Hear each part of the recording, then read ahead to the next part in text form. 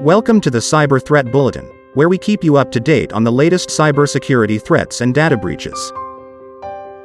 I am your host Ragshaw, and today we'll be covering some significant developments in the world of cyber threats. Please like, share, subscribe, and follow the Cyber Threat Bulletin to stay updated on the cyber threat landscape. Stay informed, stay secured. Let's jump right in. Our top story today involves a state-backed hacking group breaching a U.S. aeronautical organization using some sophisticated techniques. A joint advisory published by CISA, the FBI, and the United States Cyber Command, U.S. Cyber COM, has revealed that the threat groups behind this breach managed to exploit critical vulnerabilities in Zoho and Fortinet systems. While the joint advisory didn't explicitly name the attacker's country of origin, U.S. Cybercom's press release suggests Iranian involvement. The attackers exploited CVE 202247966 to gain unauthorized access to a public-facing application called Zoho Manage Engine Service Desk Plus. They used this initial access to establish persistence and move laterally through the network. Additionally, other advanced persistent threat actors were observed exploiting CVE 202242475 to establish a presence on the organization's firewall device. This incident underscores the importance of keeping your software up to date and maintaining strong network security measures. In our next story, we have a critical vulnerability affecting the Cisco BroadWorks application delivery platform and Cisco BroadWorks Extended Services platform. This flaw, tracked as CVE 202320238, could allow remote attackers to forge credentials and bypass authentication. Cisco BroadWorks is widely used for cloud communication services, making this vulnerability a significant concern.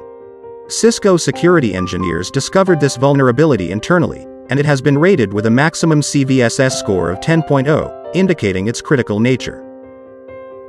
Moving on to another critical issue, Cisco is warning about a zero-day vulnerability, CVE 202320269, actively exploited by ransomware operators. This vulnerability affects the VPN feature of Cisco Adaptive Security Appliance, CISA, and Cisco Firepower Threat Defense, FTD. It enables unauthorized remote attackers to conduct brute force attacks against existing accounts. Once access is gained, attackers can establish a clientless SSL VPN session, potentially causing substantial harm to the victim's network depending on its configuration. Shifting gears, the U.S. Cybersecurity and Infrastructure Security Agency, CISA, has added another vulnerability to its catalog of known exploited vulnerabilities.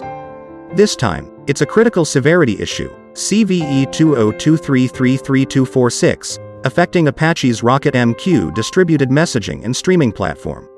Multiple threat actors may currently be exploiting this vulnerability to install various payloads on impacted systems. Notably, this exploit can occur without authentication and has been actively used in the wild, with operators of the Dreambus botnet deploying a Monero cryptocurrency miner. Wrapping up today's bulletin, Google's Threat Analysis Group, TAG, has reported that North Korean state hackers are targeting security researchers. These attacks employ at least one zero-day vulnerability in undisclosed popular software. The targeted researchers are typically involved in vulnerability research and development. Google has not disclosed the specific details of the zero-day flaw or the vulnerable software, as the vendor is still working on patching the vulnerability. This incident serves as a stark reminder that even those who protect against cyber threats can become targets themselves. That concludes today's Cyber Threat Bulletin.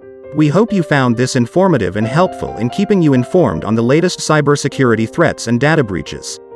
Thank you for tuning in, and we will see you next time. Please like, share, subscribe, and follow the Cyber Threat Bulletin to stay updated on the cyber threat landscape.